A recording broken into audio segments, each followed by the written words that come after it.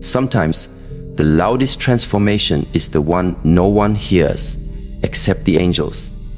There is a kind of woman who doesn't force her way through the world. She doesn't manipulate outcomes or beg for attention. Yet somehow, life opens for her. People are drawn to her presence, not because she performs, but because she is aligned. She is not always the loudest in the room, but she is the most rooted. And what surrounds her is not just admiration, it is protection. It is presence. It is what many of us forget to notice in our fast, moving lives. Divine support born from deep stillness. In Eastern philosophy, it is taught that the quiet heart becomes the dwelling place of heavenly forces. And modern neuroscience agrees. When the nervous system is regulated, when the brain enters coherence, we enter a state where insight, intuition, and clarity arrive. It is not fantasy, it is physiology. It is not magic, it is maturity.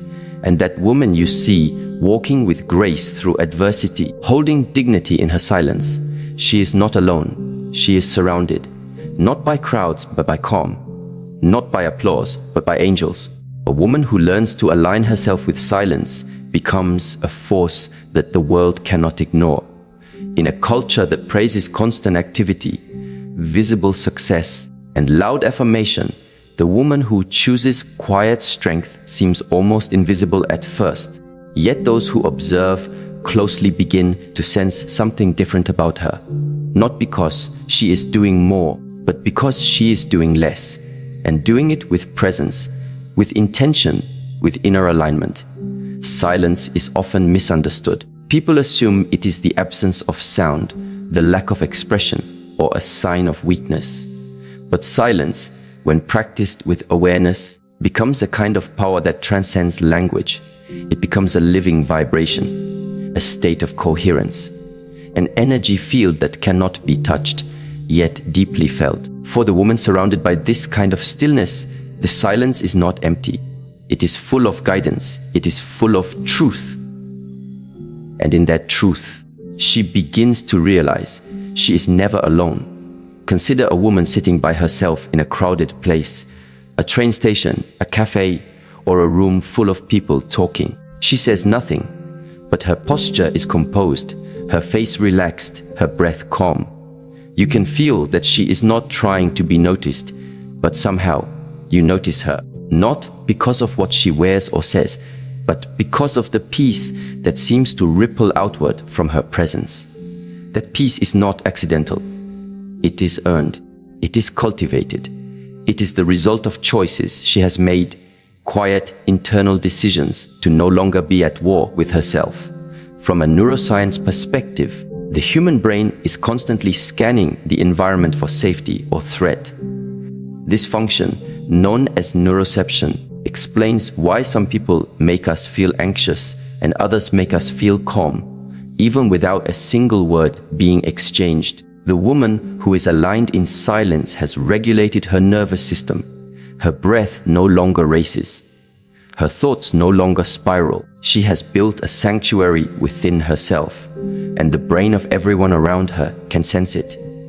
This is why silence attracts angels, because it represents order, clarity, and truth. And this truth is not rigid, it is alive. It flows like water around resistance.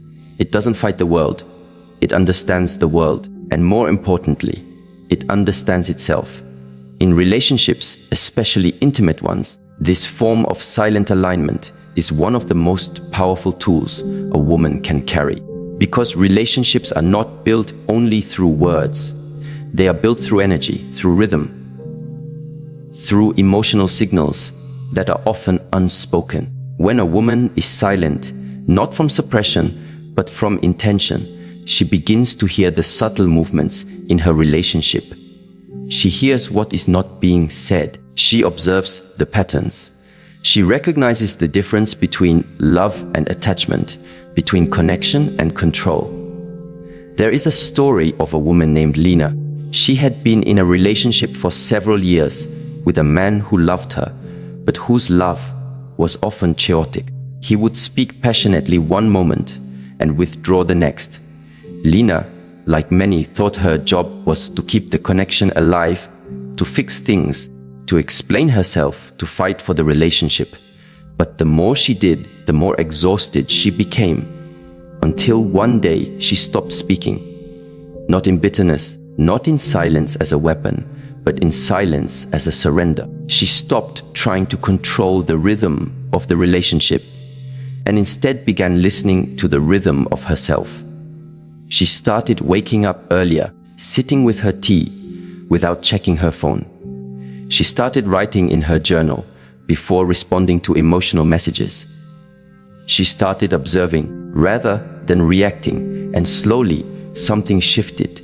The man she was with began to feel her presence more deeply than ever before, because she was no longer trying to be heard, she was simply being. The relationship either had to meet her in that space of quiet truth or fall away. And over time, it did fall away. Not because she stopped loving him, but because she stopped abandoning herself. In that silence, Lena didn't lose anything. She gained everything: clarity, freedom, a sense of herself that no longer depended on another person's opinion or attention. And as she rebuilt her life with this centered energy, she noticed something else. New connections entered her life. People who were aligned with her values, friends who didn't drain her, opportunities that matched her quiet discipline. And yes, love, but this time it felt peaceful, not because it was perfect, but because she no longer needed to force it. This kind of silence, the silence of inner alignment, becomes magnetic. It becomes protection. It becomes clarity. And in the language of the unseen, this clarity draws invisible support. Whether you call it divine guidance, intuition, angels, or simply grace, something begins to move around you when you begin to move inward. Eastern traditions often speak of the concept of wei, the art of non-forcing. It is not passivity, but effortless action. It is the understanding that right timing, right presence, and right energy often do more than aggressive effort ever could. The woman who understands this principle lives in alignment with the flow of life. She does not beg. She does not chase. She aligns. And what is aligned with her will come. Western psychology mirrors this wisdom. The theory of self-determination, for example, explains that people flourish when they live from intrinsic motivation, when their actions are driven by internal values rather than external approval. The woman who practices silent alignment is living from her core, not her ego. And in doing so, she becomes trustworthy. Others may not always agree with her, but they feel her clarity. They sense that she is not pretending, and this authenticity becomes her greatest form of influence. There is another woman, an older woman named Farida, who lived alone for many years after raising her children and losing her husband.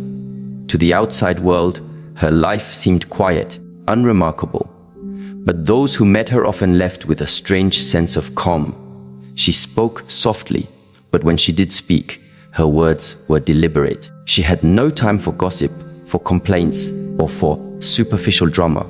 Instead, she moved slowly through life, watering her plants with reverence, making tea with patience, praying without performance. She laughed often, but never too loud. Her presence was her power. Young women in the community often came to her, not because she offered solutions, but because being near her reminded them of something they had forgotten, the power of being centered. They would ask her for advice, and she would often respond with a question. "What does your breath tell you?" she would ask. Or, "What are you carrying that isn't yours?" She lived by one principle: what is in harmony will remain. What is not will dissolve. And so she never forced anyone to stay in her life. She didn't argue to prove her point. She listened more than she spoke. And yet, those who met her never forgot her, because the peace she carried was not from the world. It was from within. This is what it means to be surrounded by angels. It is not necessarily a mystical experience. It is the result of living in such a way that you invite clarity, purity, and stillness into your daily life. The angels are metaphors for forces that protect you.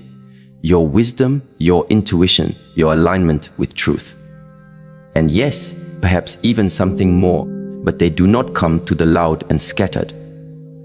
They come to the woman who has emptied herself of noise. That woman may still feel pain. She may still feel loss. She may still cry at night. But she no longer feels lost, because she has found a deeper home, a home that cannot be taken by disappointment, betrayal, or confusion. Her silence is no longer a prison. It is a sanctuary. People often misunderstand her. Some may think she is too serious. Others may say she is too distant. But what they cannot deny is the presence she brings. A grounded, serene, unwavering energy that offers stability in a world that spins too fast. And in time, they begin to respect her, not because she demands it, but because she embodies it. And that respect doesn't just come from others. It comes from life itself. Life begins to open where she once struggled. The right people arrive. The wrong ones leave without conflict. Doors open, not all at once, but quietly, like the morning sun touching the earth after a long night. She has become a magnet for alignment, not because she chased it, but because she became it. In practical terms, cultivating this kind of silent alignment means making small daily choices that anchor you in your own truth. It means waking up and choosing mindfulness over distraction. It means learning to respond rather than react. It means observing your thoughts before they become your words. It means protecting your peace as if it was sacred. Because it is. You don't need everyone to understand you. You don't need everyone to agree with you. What you need is to be congruent with yourself. And when you are, you will begin to feel the presence of something greater moving with you. It might not make sense to others. It might not even make sense to you at times, but you will feel the protection, the clarity, and the strength that come when your soul stops chasing and starts aligning. You will walk differently, speak differently, love differently, not because you're trying to impress, but because you're no longer trying to survive. You are living fully, quietly, powerfully. And in that quiet power, you will find yourself surrounded, not by crowds, not by noise, but by a stillness so complete it begins to echo in everything you touch. And in that echo, there is guidance. In that silence, there is love, not always loud, but always true. There is a silent language spoken long before words are ever formed. It is felt in glances, in gestures, in the pauses between sentences. It is the language of energy, and a woman who begins to understand this language realizes something profound. Her emotional field speaks louder than her voice ever could. Her energy precedes her presence. It walks into rooms before she does. It lingers long after she has gone. This understanding is not just spiritual, it is biological. The human brain is wired to detect emotion through microsignals, tone of voice, facial tension, and posture. Even a newborn baby, without a single word, can feel the emotional tone of its caregiver. It's why we instinctively step back from someone whose energy feels hostile, even if their words are polite. It's why we lean toward those who feel open, calm, and genuine, even if they speak very little. Energy does not lie, and the woman who begins to take responsibility for her emotional energy stops trying to control the external. She knows that how she feels, her inner landscape, will eventually shape the landscape around her. When she walks into a space carrying anxiety, unresolved pain, or emotional chaos, it will ripple outward. And when she walks into that same space carrying clarity, forgiveness, and stillness, something shifts. People soften, tensions drop, and hearts open without knowing why. One of the most powerful things a woman can do is become aware of what she is radiating, not just what she is saying. emotional energy is a signal, and like any signal, it either attracts or repels. If a woman is constantly carrying fear of abandonment, it won't matter how many affirmations she repeats or how much she wants love. That fear will color every interaction, subtly at first, then more obviously. She might cling, over-explain, or read too deeply into silence. She might expect rejection and unconsciously create situations that confirm it. It's not because she is broken, it's because her emotional frequency is tuned to fear. But when a woman starts doing the inner work to clear that frequency, to release what is not hers, to stop carrying guilt that doesn't belong to her, to stop defining herself through wounds that haven't been healed, her energy changes. She no longer enters relationships needing proof that she is lovable. She already knows she is. And that knowing becomes magnetic. There was once a woman named Clara who had spent most of her life in relationships that were imbalanced. She was always giving, always available, always pouring herself into others. And yet, she kept ending up with partners who withdrew emotionally, who didn't reciprocate her efforts, or who took her for granted. She began to believe that maybe she wasn't enough, that maybe love just wasn't meant for her, until one day, after a particularly painful breakup, she stopped asking why others couldn't love her and began asking a different question. What is it in me that keeps choosing this pattern? Clara didn't run to fix it. She didn't jump into the next relationship.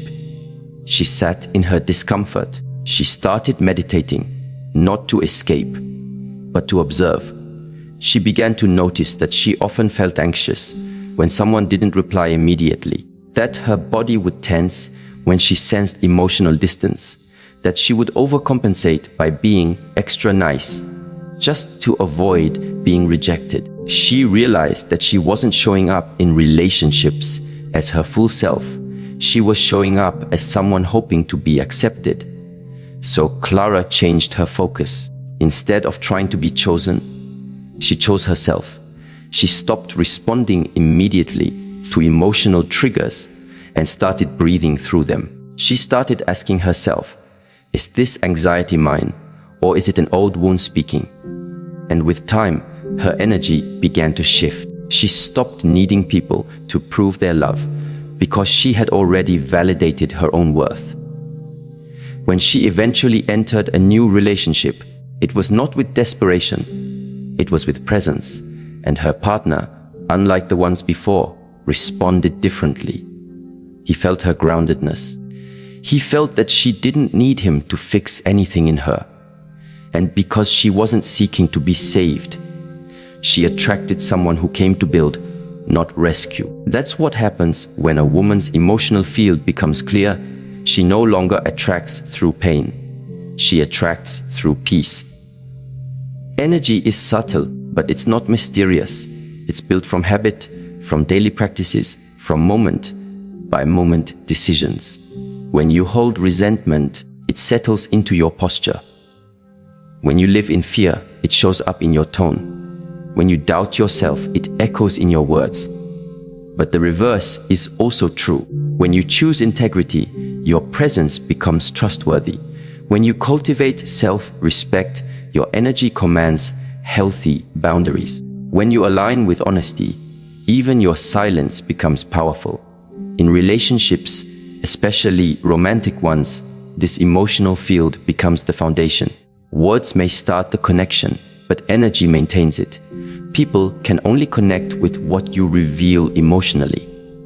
And if your emotional field is guarded, anxious or reactive, even if you are physically present, you will feel emotionally distant. There's a quote that says, "You attract what you are, not what you want." This doesn't mean you must be perfect to receive love.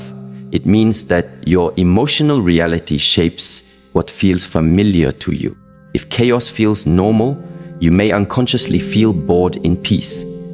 If validation feels like survival, you may confuse attention with intimacy. But when you begin to elevate your emotional energy, you begin to normalize peace. You begin to feel safe in slowness, in presence, in honesty.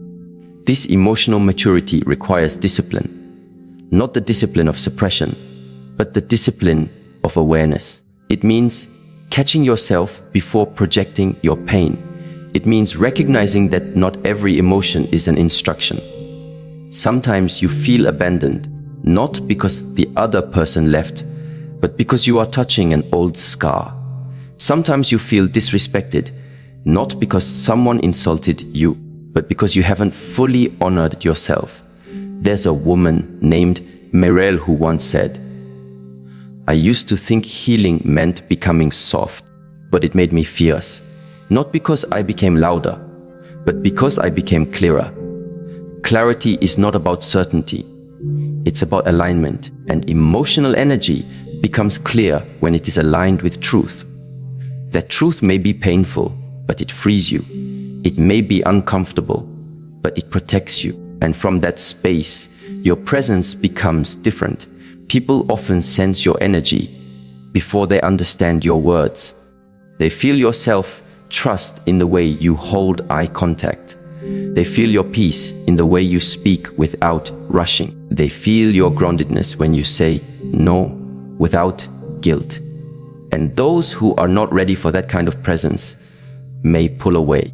But those who are aligned will feel drawn, not to your beauty, not to your charm, but to your essence. This is why cultivating your emotional energy is one of the most powerful forms of relationship preparation, because it sets the tone. It creates safety, not just for others, but for yourself. You no longer live in emotional reactivity.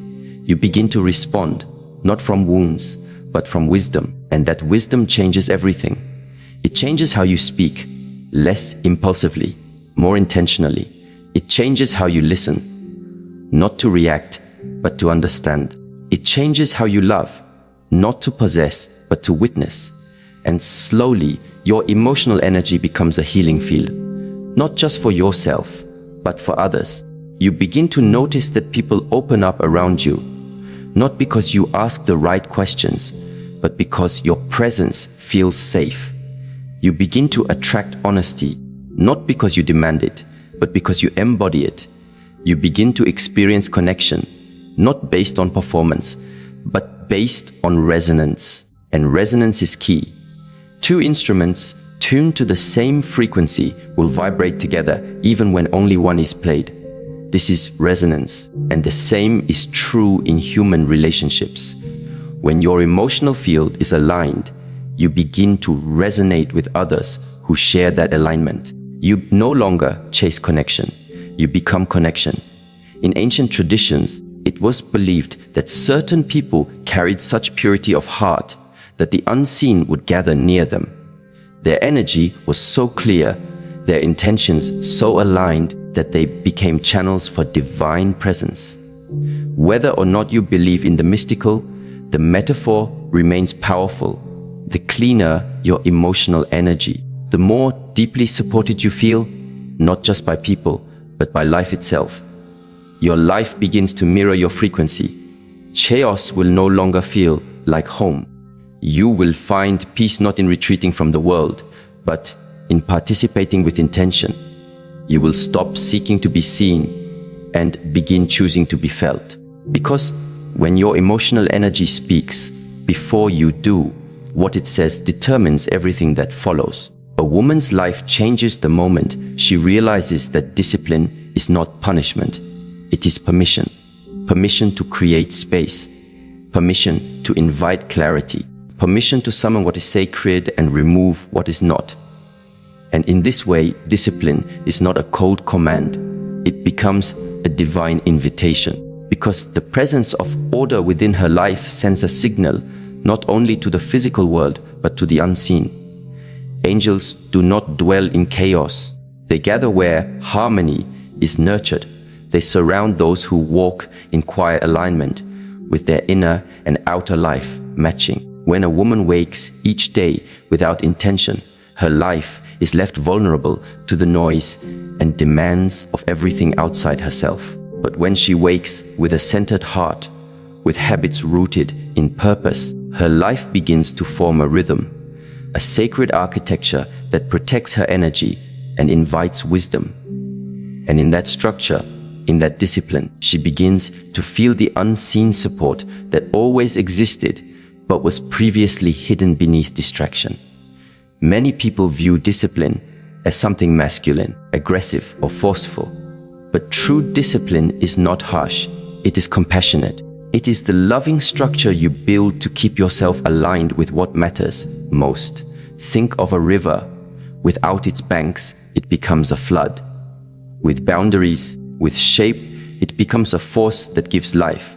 In the same way, a woman's energy becomes powerful not when it flows freely in all directions, but when it is focused, directed, and held in integrity. In relationships, this kind of inner discipline becomes the silent force that shapes respect, desire, and connection. A woman who does not have order in her own life will depend on others to provide it. She may expect her partner to be the ground beneath her feet because she has not yet built it within herself. But a woman who lives in order, who has rituals that restore her, who honors her own time, body, and space, she does not lean to survive. She leans to share. She gives from fullness, not from lack. There's a woman named Lena who spent most of her 20s in a whirlwind of romance and emotional highs and lows. She was passionate, deeply loving, and intuitive, but her life was disorganized. She would sleep at odd hours, forget appointments, jump from one emotional state to another, and often let her partner's mood dictate her own. She mistook spontaneity for freedom and avoided structure because it felt like control. But over time, she began to feel a quiet exhaustion. Her relationships lacked stability. Her sense of self wavered. And though she gave love freely, it was rarely returned with the depth she desired. One morning, after yet another emotional night of confusion and unmet expectations, Lena sat in her room, tired not just in her body, but in her soul. She looked around and noticed the clutter, not just physical, but mental. Her phone was filled with unanswered messages. Her to-do list had turned into a source of anxiety. Her mind raced with thoughts that led nowhere, and for the first time, she admitted to herself the love she wanted to receive from others was the love she had not yet given to herself in structure and care. From that day, she didn't make grand declarations. She made small, disciplined choices. She began waking at the same time each day, not out of rigidity, but out of reverence for the morning silence. She started writing her thoughts each evening, not to analyze, but to listen to herself. She deleted the numbers of people who only reached out when it was convenient. She began to eat with intention, speak with more awareness, and protect her alone time like sacred ground. And what happened was not dramatic, but it was profound. Over time, Lena began to feel more rooted. She stopped seeking approval. She didn't need to be constantly reassured. When a man entered her life who lacked direction, she could feel it immediately, not as judgment, but as clarity. She no longer tried to fix him or adapt to his inconsistencies. She simply continued her rhythm, and if he aligned, he stayed. If not, he left. Either way, she remained in peace. This is the quiet strength of discipline. It clears the space for truth to enter. It says to the world, I am not waiting for someone to save me. I have already begun building a life I respect. From the outside, such discipline may seem small. A woman folding her clothes carefully, lighting a candle before meditation, saying no to an invitation that would drain her. But these actions are declarations. Each one sends a signal to the unseen. I am ready to receive only what matches my inner harmony. In many ancient traditions, the home was considered a sacred temple, and the care with which it was maintained reflected the care within the soul. The woman who maintains her inner and outer space with respect is creating a vibration that does not need to be announced. It is felt. The way she prepares her meals, the way she walks into a room, the way she guards her attention. These are not chores. They are rituals of power. Modern psychology has long recognized the impact of habits on emotional well-being. Small daily rituals help regulate the nervous system, reduce anxiety, and increase a sense of control.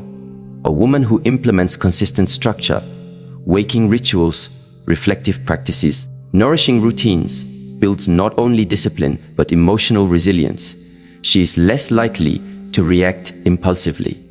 She is more grounded in her choices, and in relationships, this makes her magnetic, not because she plays games, but because her self-respect is evident. Men, too, sense this difference. A woman who disciplines herself emotionally does not chase, does not cling, does not collapse when ignored. She feels the loss, but she does not lose herself. She grieves with dignity. She walks away with clarity. She communicates with intention, not desperation. And this level of inner stability challenges others to rise or to fall away. There was a story once told of a woman who lived in a small village, known not for her beauty, wealth, or status, but for the peace that surrounded her.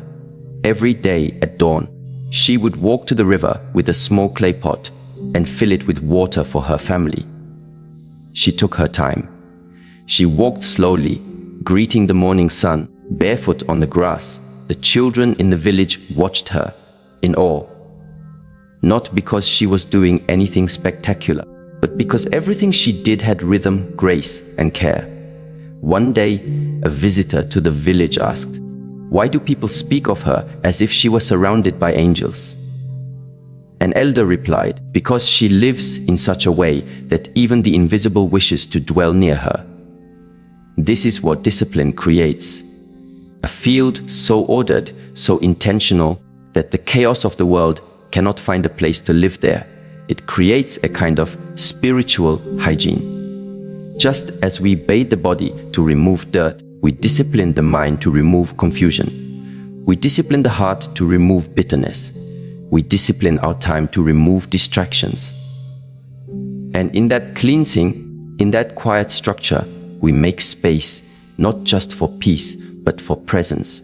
When a woman builds this kind of life, she no longer fears solitude. She embraces it. She no longer fears rejection. She respects it because her validation is not built on others staying. It is built on her own staying power, her ability to remain true to herself even when others misunderstand her. This kind of woman does not need to argue her worth. She does not convince. She does not compete. She aligns. And alignment is not loud. It is consistent. She continues her rituals even when no one is watching. She honors her time even when it's inconvenient. She chooses quality over quantity in every area: her food, her friendships, her conversations. And in relationships, she becomes the kind of partner that doesn't just love deeply. She loves wisely. She doesn't wait to be chosen. She chooses, and not based on appearance or charm, but based on character, consistency, and shared values. Her heart is open, but her standards are clear. This is the woman who is no longer at war with herself. Her past may not be perfect. Her journey may be filled with detours, but she has arrived at a place where her inner world and outer life no longer contradict each other. She is not pretending. She is not performing. She is living, and in that living, something extraordinary happens. Life begins to mirror her discipline. Opportunities align. Connections deepen. Confusion fades, and while others may chase miracles, she becomes one. Simply by the way she moves through the world with grounded grace. It is not the size of her actions, but the sincerity of them. It is not the speed of her journey, but the stillness with which she takes each step. And the world notices. The right people notice. Life itself notices. Because the universe does not respond to chaos. It responds to clarity. And clarity is born through discipline. Not rigid, not harsh, but sacred, loving. A devotion to order that opens a path not just for personal success, but for spiritual alignment, emotional peace, and relational truth. There is a quiet form of strength in a woman who no longer needs to explain herself. A woman who has realized that her love is not a currency to be bartered for bare minimum attention. She no longer performs emotional acrobatics just to be seen, to be heard, or to be held. This woman has understood one of the most liberating truths in relationships. When love must constantly be proven to someone who keeps shifting the goalpost, it's not love, it's negotiation. And love, in its truest form, doesn't require proof, it recognizes presence. It's one thing to desire intimacy and companionship, but it's another to lose your voice, trying to earn a seat at a table that demands silence as the price of admission. Women are not born to shrink themselves into roles that were never written for them. And yet, many do. For years, for decades. They twist and fold their personalities into boxes, hoping that by becoming what he wants, they will be loved. But in doing so, they slowly vanish from the relationship and often from themselves. A woman in love can be patient. Remarkably so. She can wait while he finds himself. She can wait while he figures it out. And she can even wait while he breaks her heart piece by piece in the name of confusion or trauma. But there comes a moment when the soul tires, not dramatically, not angrily, but silently. A quiet breaking that doesn't announce its arrival, a shift in her spirit when she realizes she deserves more than half-hearted promises and emotionally stingy gestures. This kind of realization is often born not from confrontation, but from observation. She watches, she listens, she pays attention to the words he says and how rarely they align with his actions. She notices the gap between how he shows up when he wants something and how absent he becomes when she needs something. And in that gap, a new awareness is born, not of who he is, but of who she has become in trying to keep him. Imagine a woman who has always been the nurturer, the fixer, the forgiver, the one who sends the good morning texts, who checks if he's eaten, who keeps the connection alive, even when it's draining her. She does it because she believes in love, in commitment, in the potential she sees in him. But one morning, she looks in the mirror and doesn't recognize the reflection. Her eyes are tired. Her smile is polite but hollow. Her joy, once abundant, now flickers like a dying candle. And in that moment she asks herself, when did I stop living for myself? That question is the beginning of her return. It's not a rebellion, it's not a threat, it's a reawakening. The journey from self-abandonment to self-recognition is not loud.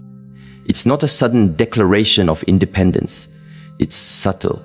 It's the pause before replying to his text.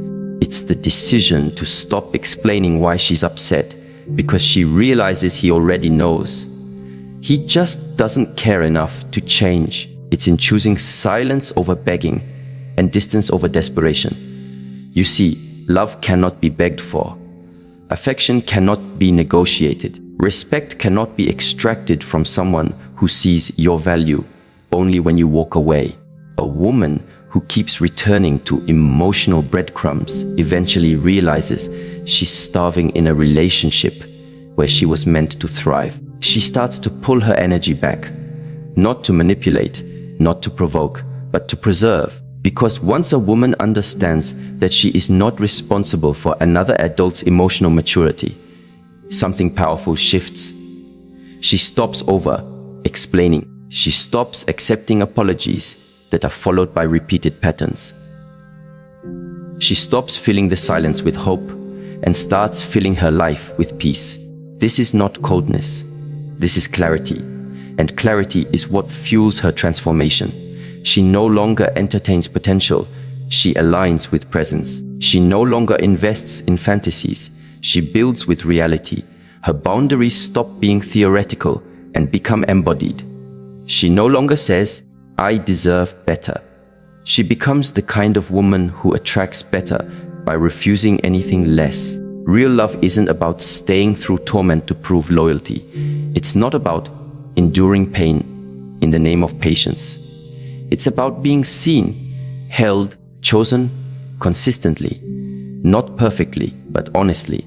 Let's talk about consistency for a moment. Consistency is not about grand romantic gestures on anniversaries. It's not about sporadic moments of charm followed by weeks of emotional neglect.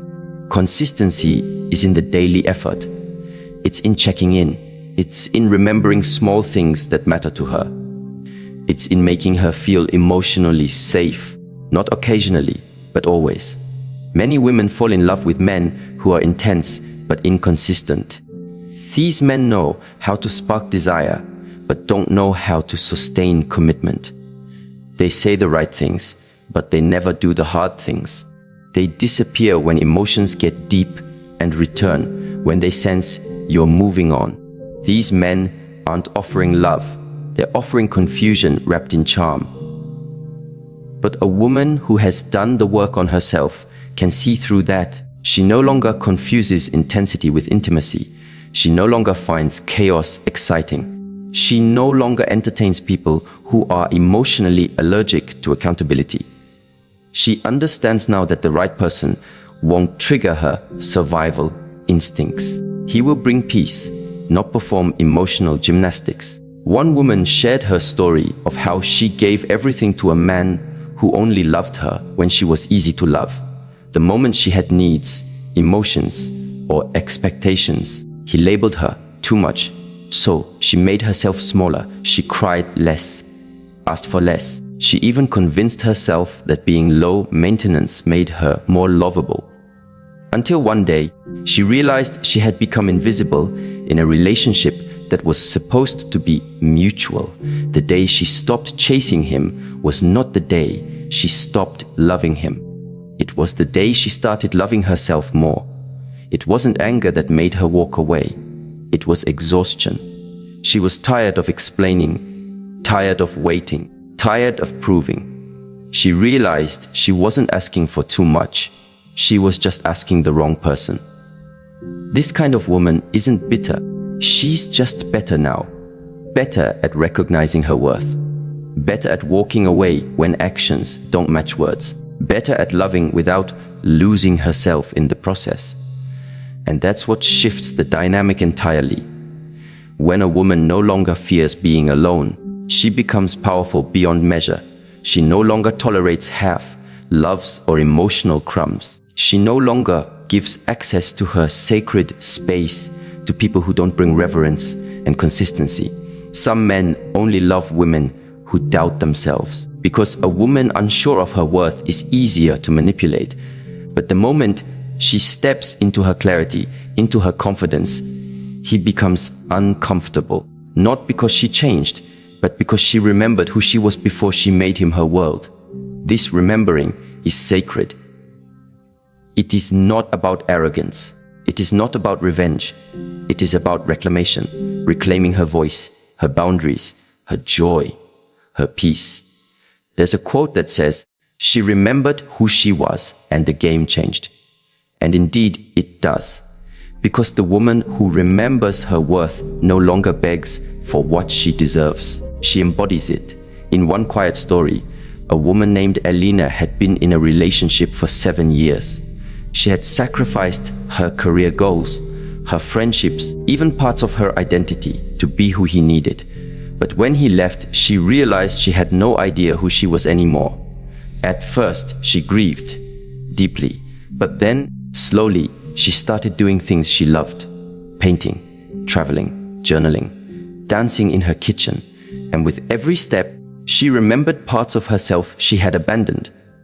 Years later, she didn't look back at the breakup with anger. She looked back with gratitude, because it was the catalyst that forced her to return to herself. Not every relationship is meant to last forever, but every relationship teaches. The ones that break you open often rebuild you stronger, wiser, more whole. Women who rise after heartbreak don't just rise, they transform. They no longer let emotional neglect masquerade as mystery. They no longer stay silent to keep the peace, because they understand that any peace that silences their truth is not real peace. They no longer entertain relationships that drain them. They become women who are full of life and only accept partners who come with full cups, not empty hands. In the end, the most powerful shift is when a woman stops asking, "Why won't he choose me?" and starts declaring, "I choose myself." Because self-love is not a trend, it's a lifeline, and the woman who returns to herself becomes a force of nature, not to be feared, but to be honored. In the world we inhabit, few forces are as quietly transformative as the presence of a woman who has mastered her own energy. She does not impose. She does not chase attention. She does not seek to overpower. And yet, when she enters a space, something changes. You may not be able to name it immediately. You may not even notice it consciously. But suddenly, people breathe deeper. Conflict softens. Tension disperses. Conversations become more authentic. It's as if the room remembers what it means to feel safe. This is not magic. It is not illusion. It is the lived reality of emotional regulation, one of the most overlooked but powerful aspects of human relationships. Neuroscience now confirms what wisdom traditions have always taught: the energy we carry affects the nervous systems of those around us. When we speak of energy, we are not referring to something mystical or vague. We are referring to presence, tone, intention, the silent language of the body, and the resonance of the heart. A woman who is surrounded by angels does not need to speak loudly to be heard. Her energy speaks first. Her emotional state becomes an anchor, just like the steady rhythm of a heartbeat regulates a child resting against their mother's chest. The emotional steadiness of a woman can calm even the most chaotic emotional environments if she has learned to master her own nervous system. One might think this type of inner grace is something people are simply born with, but it is cultivated. It requires choosing not to react when provoked. It requires holding yourself when no one else does. It requires learning how to return to center again and again, no matter how many times the world tries to pull you off balance. In relationships, this ability becomes a gift beyond words. The man who feels safe to be vulnerable. The child who learns emotional vocabulary through observation. The friend who trusts enough to unravel their fears. These are not outcomes of chance. They are the quiet results of consistent emotional regulation. There's a story of a woman named Amira. She worked in a high-pressure environment as a trauma nurse. The job exposed her to intensity every single day. Blood, fear, grief, urgency. Yet, her colleagues often said there was something different about her.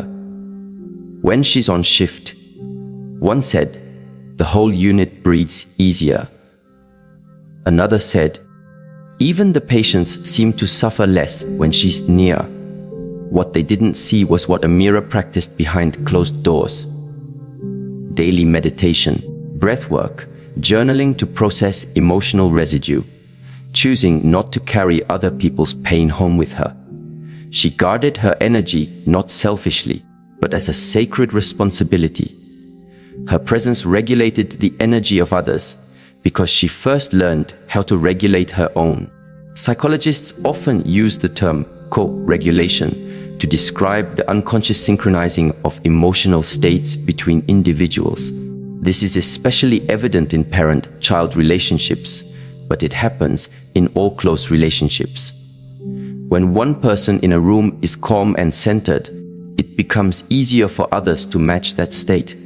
When someone is anxious or reactive, others may absorb that energy and reflect it back. A woman surrounded by angels understands this mechanism. She does not just focus on what she says. She focuses on the energy with which she says it. She knows that her silence can heal or harm.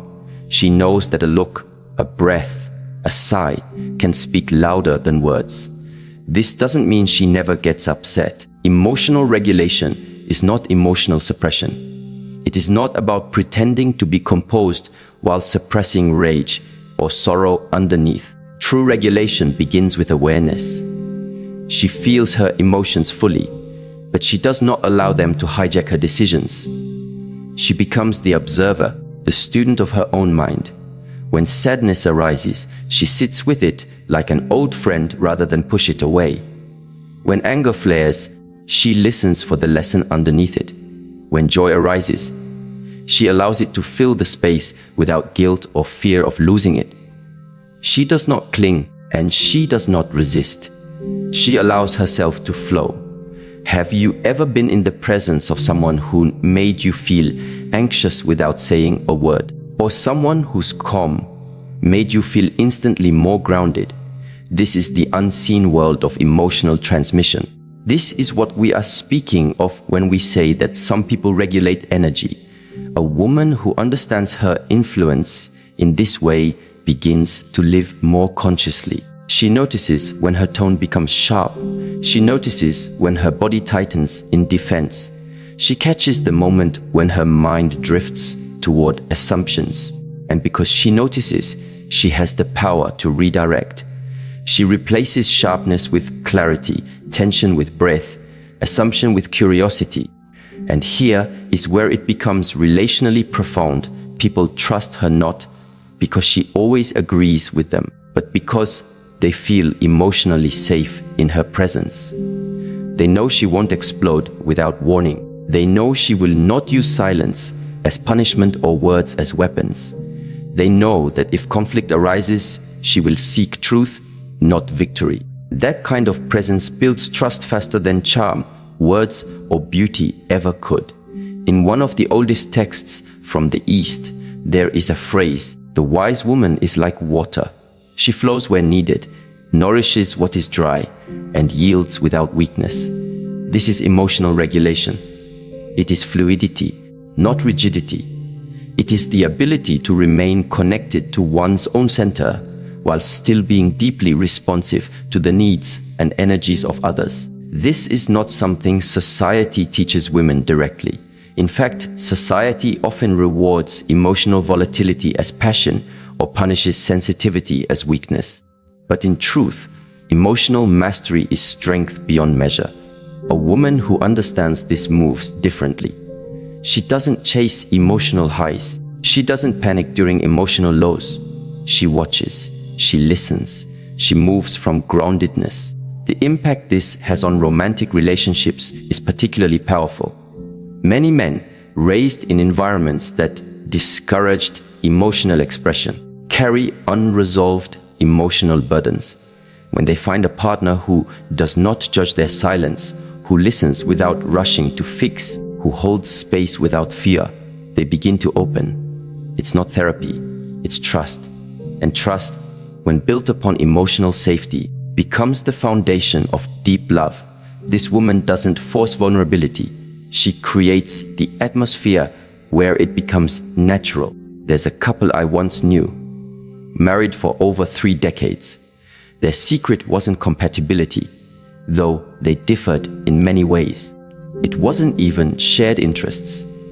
What kept them bound together was the way the woman had cultivated emotional steadiness over the years. In times of financial hardship, she remained calm, offering solutions instead of blame. In moments of disagreement, she sought understanding instead of control. Her presence was a mirror, reflecting not just who her husband was, but who he had the potential to become. And because he felt seen, he chose her again and again. This doesn't mean she tolerated disrespect. Emotional regulation does not mean emotional self-sacrifice. In fact, it requires healthy boundaries. When a woman regulates energy, she becomes acutely aware of when her boundaries are being crossed, not from anger, but from clarity. And when she sets limits, they are not ultimatums, they are invitations for others to rise to her level. She does not yell to prove a point. She walks away to protect her peace. She does not try to be understood by those committed to misunderstanding her. She simply continues to walk in alignment with her values. Over time, this teaches others how to treat her.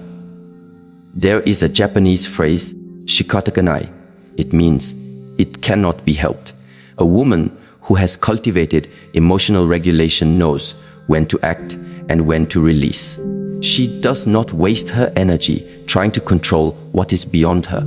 She focuses instead on the one place she always has power, herself. In parenting, this energy becomes a child's blueprint for emotional intelligence. Children do not learn how to process their emotions from instruction. They learn from observation. A daughter watches how her mother breathes through stress, how she responds to irritation, how she handles disappointment. A son learns not just what is acceptable in women, but what is admirable. And that understanding will shape how he treats women for the rest of his life. This woman is not perfect, but she is intentional. She reflects, she adjusts, she learns, and slowly she becomes the kind of woman who, when people describe her, they say, "When she is around, I feel more like myself." Such a woman may go unnoticed in crowds. Her power is quiet. It doesn't scream. But in a world addicted to noise, her silence becomes revolutionary. In a culture that prizes reaction, her restraint becomes wisdom. In relationships that are so often dominated by fear or control, her presence becomes an act of healing. And what does it take to become this kind of woman? It takes solitude, not loneliness, solitude. Time spent alone not to escape the world, but to understand your place in it. It takes self-honesty, the willingness to confront the patterns you carry, the wounds you've avoided, the tendencies you justify. It takes breath, deep, conscious breath, because the nervous system responds more to breath than to words. It takes choosing peace over being right. It takes forgiving, not because others deserve it, but because you deserve peace. It takes watching how your body feels when you're around certain people and trusting that feeling instead of dismissing it. It takes daily practices, not dramatic changes, but small, consistent rituals that bring you back to center. Drinking water with intention, walking without distraction, journaling what you feel instead of suppressing it. It takes surrender, not as giving up, but as giving in to the flow of life, trusting that when you tend to your inner state, your outer life cannot help but reflect it. There is no shortcut, there is no fast track, but there is a path.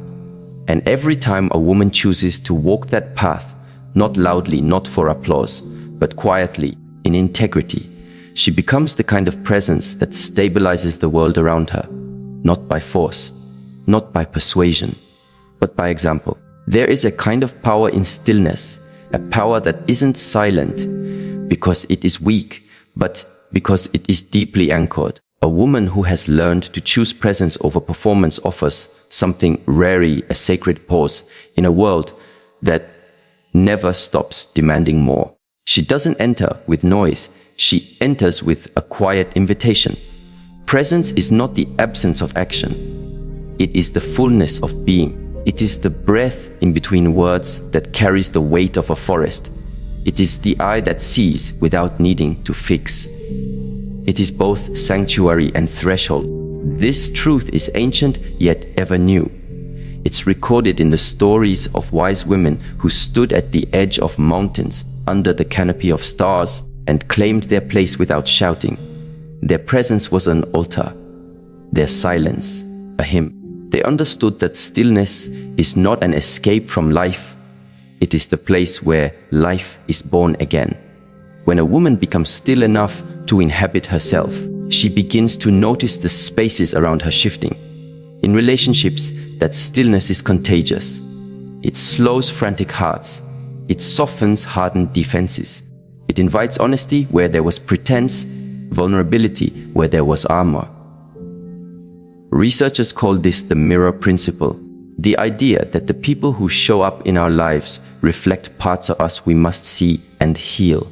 The relationships we attract are not random, they echo what we carry inside.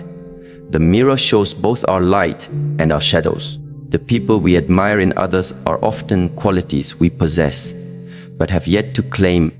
The behaviors that trigger us in others often point to wounds we are still carrying within ourselves. Reddit. What I learned today. The Tribune. One woman shared that every passionate connection she had felt unsustainable. They began in fire and danced toward ruin. Calmness felt boring, even unsafe. But the moment she began tending to her inner rhythm, feeling what felt real instead of desperate, her outer world began to mirror that. She stopped attracting storms and instead found still lakes. It wasn't magic. It was transformation from the inside. Energy does not lie. Even a child senses when a room is unsettled. Even a partner senses the difference between a soul seeking permission and a soul at peace. She doesn't say everything, but she doesn't need to. Her emotional coherence speaks for her. Neuroscience shows how brains sync up, even unconsciously, through microexpressions, tone, and rhythm. Co-regulation is real, and when one person is calm, another can follow. A friend told me about Lila, who after years of restless dating, began practicing stillness. She didn't meditate because her life was perfect. She meditated because her life was messy, and she needed to come home to herself. She surrendered to silence before trying to force love again. Months later, when a man entered her life, not with chasing, but with curiosity, he felt her presence and responded in kind. She walked into the relationship already whole, and it shaped itself around her completeness, not her lack. Eastern wisdom describes this as Wu Wei, not doing, yet doing. Not passivity, but a power born from alignment.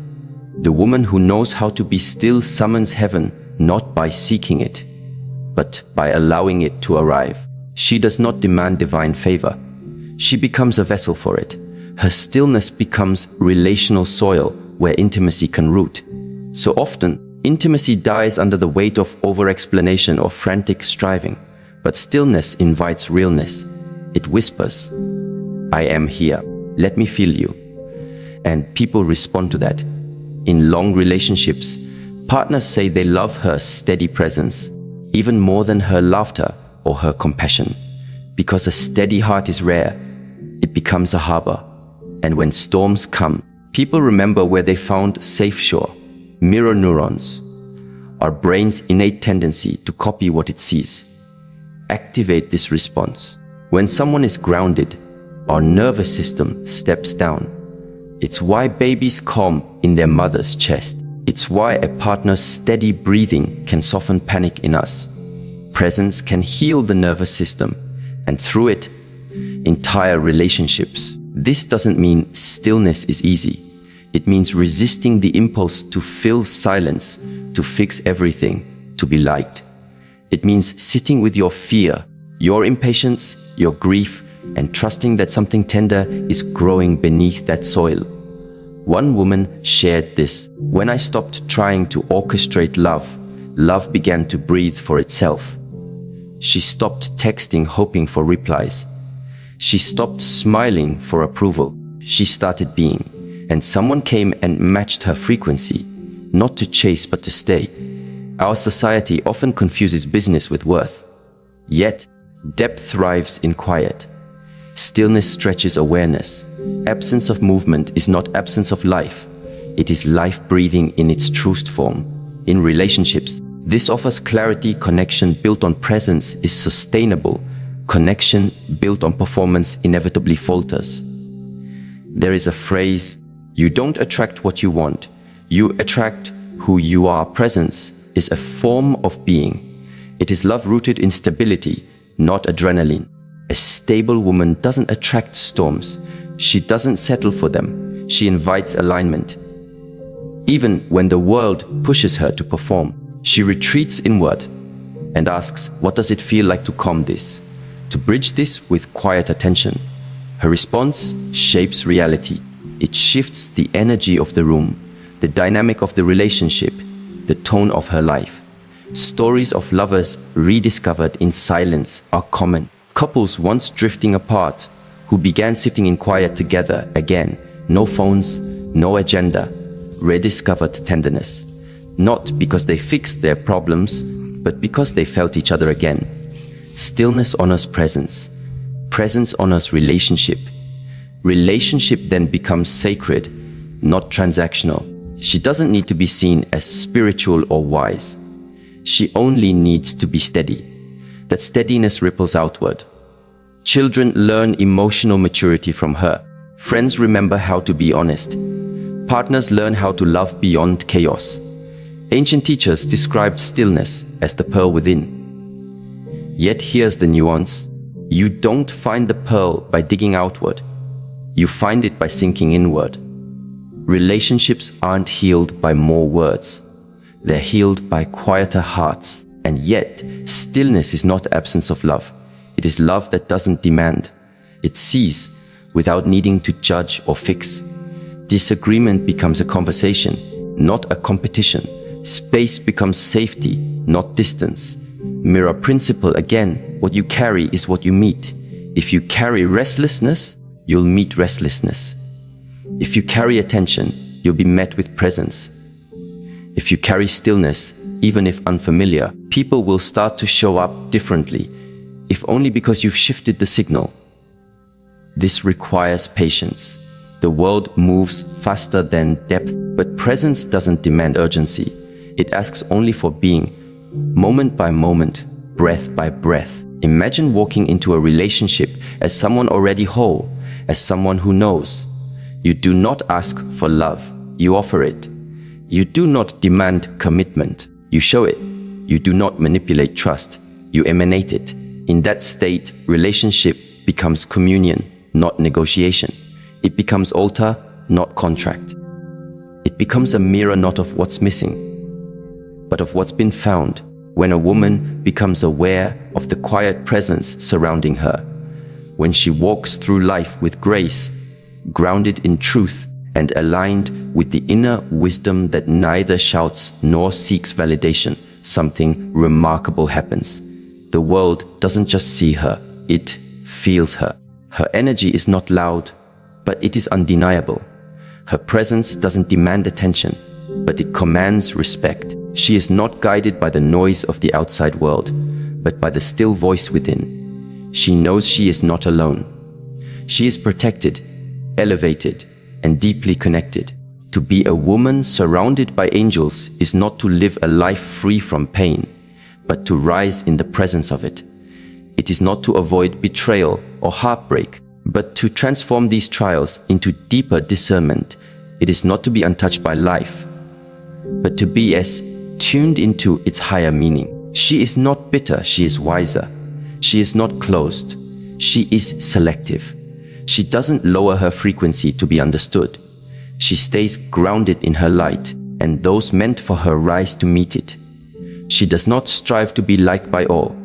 She seeks alignment with what is true, with what is sacred. And because she honors that alignment, life honors her in return. This woman may not always be seen in the spotlight. She may walk quietly, tend to her peace privately, and carry her joy without need for applause.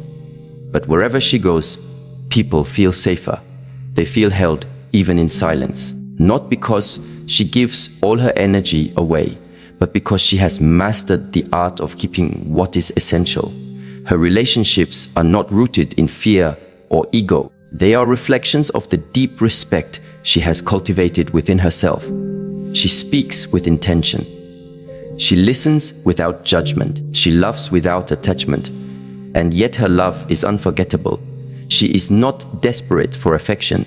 She is anchored in her own. This world needs more women who are grounded in this kind of strength, one born not from domination, but from deep remembrance. The remembrance that you are not here to chase, to beg, or to prove. You are here to embody the quiet power of knowing who you are and whose you are. That is the power of a woman surrounded by angels. And if you're listening to these words and something inside you is stirring, that soft knowing, that gentle ache, that rising stillness, it may not be a coincidence. It may be your moment to return home to yourself. Not someday, but now.